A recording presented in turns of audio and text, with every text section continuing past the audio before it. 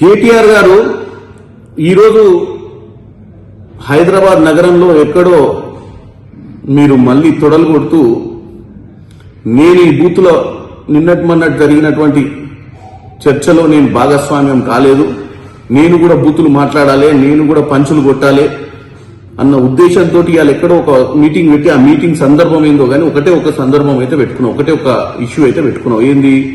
ఈ ప్రజాపాలన ప్రభుత్వాన్ని ఎండగట్టాలి, లేనిపోని అని చెప్పాలి, ముఖ్యమంత్రి రేవంత్ రెడ్డి గారి మీద విరుచుకపడాలి, ఆయన మీద ఇష్టానుసారంగా మాట్లాడాలన్నట్టుగానే ఇలా మాట్లాడినావు. కానీ నువ్వు చెప్పిన 3 అంశాలు, ఒకటి కట్టే, కొట్టే, తెచ్చే, ఇది మీ కుటుంబానికే వర్తిస్తుంది. ఎందుకంటే కట్టే నీళ్లు నిధులు నియామకాల నినాదంతో తెలంగాణలో ఉద్యోగాలు, నీళ్లు, నిధులు అని చెప్పి మీ నాయన ఉద్యమకారుని అవతారం ఎత్తి పిట్టకథలు కట్టి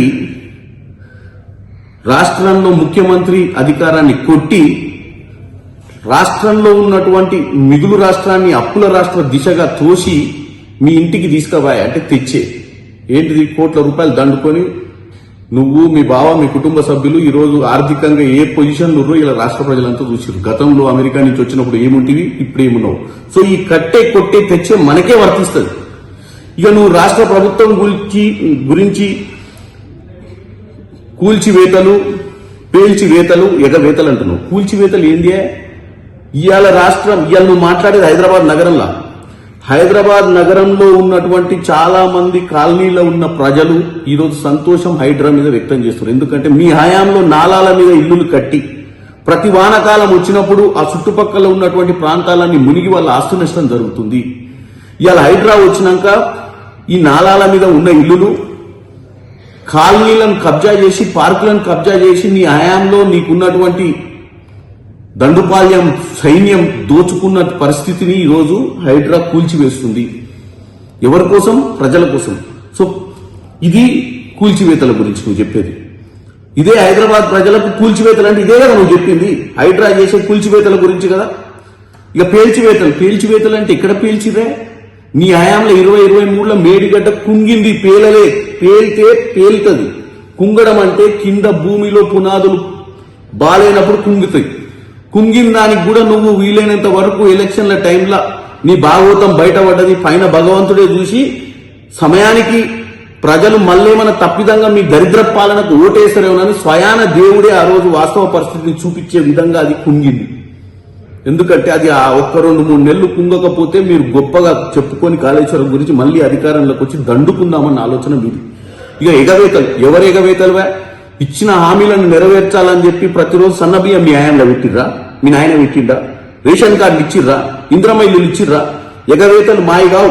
ఇవాళ నువ్వు అక్కడ లేనిపోని ముచ్చట చెప్తున్నావు. 1 కోటి మంది మహిళలను కోటీశ్వరులను చేయాలంటే నీ లెక్క బుద్ధి లేని, జ్ఞానం లేని మాటలు కాదు. 1 కోటి మందిని కోటీశ్వరులను చేయాలంటే వాళ్ళకు ఉపాధి కనిపించాలి.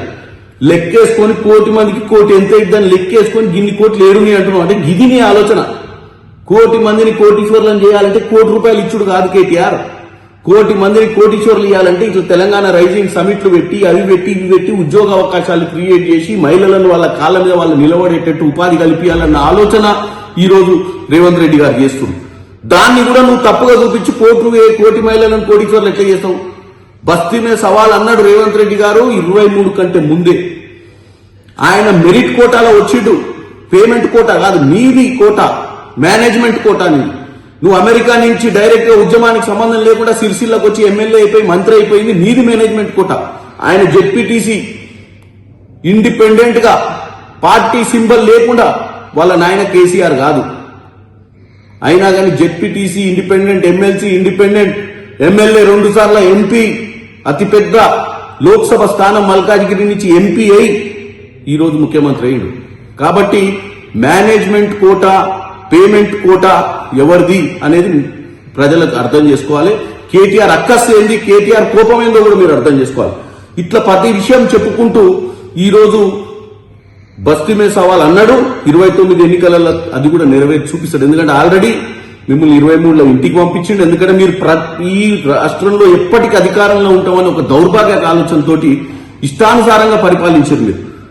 ఇవాళ ఆయన ఛాలెంజ్ చేయడం వల్లనే, ఆయన పిసిసి అధ్యక్షుడు కావడం వల్లనే ఈ రాష్ట్రంలో ఎవరినన్నా అడగండి, ఇవాళ కాంగ్రెస్ పార్టీ అధికారంలోకి రావడానికి కారణం ఎవరు అంటే ఒక పిసిసి అధ్యక్షుడిగా రేవంత్ రెడ్డి గారికి అవకాశం కాంగ్రెస్ పార్టీ ఇచ్చిన రోజే ఆయన ఛాలెంజ్ చేసిండు, మిమ్మల్ని తరిమి కొట్టిండు ఫామ్ హౌస్ కి.